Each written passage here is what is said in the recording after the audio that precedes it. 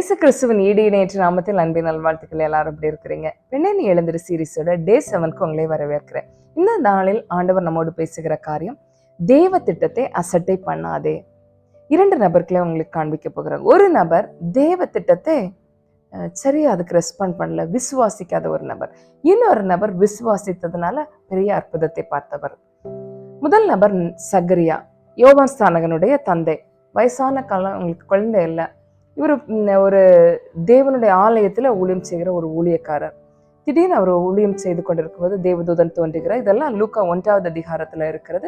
தேவதூதன் தோன்றுகிறார். தேவதூதன் இவரோடு பேசுகிறார். அவனுக்கு ஒரு குழந்தை பிறக்க போகுது அப்படின்னு சொல்லிட்டு எல்லாம் டீட்டெயிலா சொல்றாரு. ஆனா இவரால நம்ப முடியல. இவர் நம்பாதனால என்ன நடக்குது அப்படின்னா, லூக்கா 1வது அதிகாரம் 20வது வசனத்துல தூதன் இவரை பார்த்து சொல்றார், இதோ தகுந்த காலத்துல நிறைவேற போகிற என் வார்த்தைகளை நீ விசுவாசியாதபடினால் இவைகள் சம்பவிக்கும் நாள் மட்டும் நீ பேசக்கூடாமல் ஊமையாய் இருப்பாய். பெரிய பனிஷ்மெண்ட். ஆண்டவர் சொன்னதை இவரால் விசுவாசிக்க முடியல. எப்படி? அவங்க சூழ்நிலையே அது ரொம்ப அதிகமா பார்த்துட்டு இருக்கிறாரு சகரியா. எனக்கு வயசாச்சு, என் ஒய்ஃபுக்கு வயசாச்சு, இனி என்ன நடக்கும், இனி எப்படி அற்புதம் நடக்கும் அப்படிங்கிறத சூழ்நிலையை பார்த்ததுனால ஆண்டவரை பார்க்க முடியல. ஆண்டவர் சொல்லுகிற வார்த்தையை முழுமையா விசுவாசிக்க முடியல. நிறைய நேரத்துல சூழ்நிலை இப்படி இருக்கிறதுனால, நான் ஒரு பெண்ணுங்க, எனக்கு இந்த பிரச்சனை இருக்கு, அந்த பிரச்சனை இருக்கு, எனக்கு ஃபேமிலி ரெஸ்பான்சிபிலிட்டி இருக்குது, அது இருக்குது, இது இருக்குதுன்னு நிறைய சூழ்நிலையை பார்க்கறதுனால ஆண்டவருடைய அழைப்பை நம்ம அசட்டை பண்ணி கொண்டு இருக்கிறோமா? அப்படி அசட்டை பண்ணும்போது சில நேரம் அதுவே நமக்கு சில வாழ்க்கையில பிரச்சனைகளையும் போராட்டங்களையும் கொண்டு வருகிறதா இருக்கிறது. நம்ம அசட்டை பண்ணாமல் ஆண்டவருடைய அந்த காலிங்க்கு, அவர் அழைப்புக்கு நம்ம அர்ப்பணிக்கும் பொழுது ஆண்டவர் நமக்கு உதவி செய்து இப்ப நம்ம ஃபேஸ் பண்ற பிரச்சனைகளை மாற்றுகிறது மாத்திரம் இல்ல, அடுத்த ஒரு லெவலுக்கு தேவன் கொண்டு போக முடியும். இதுதான் தெபோராவோட வாழ்க்கையில நடந்தது.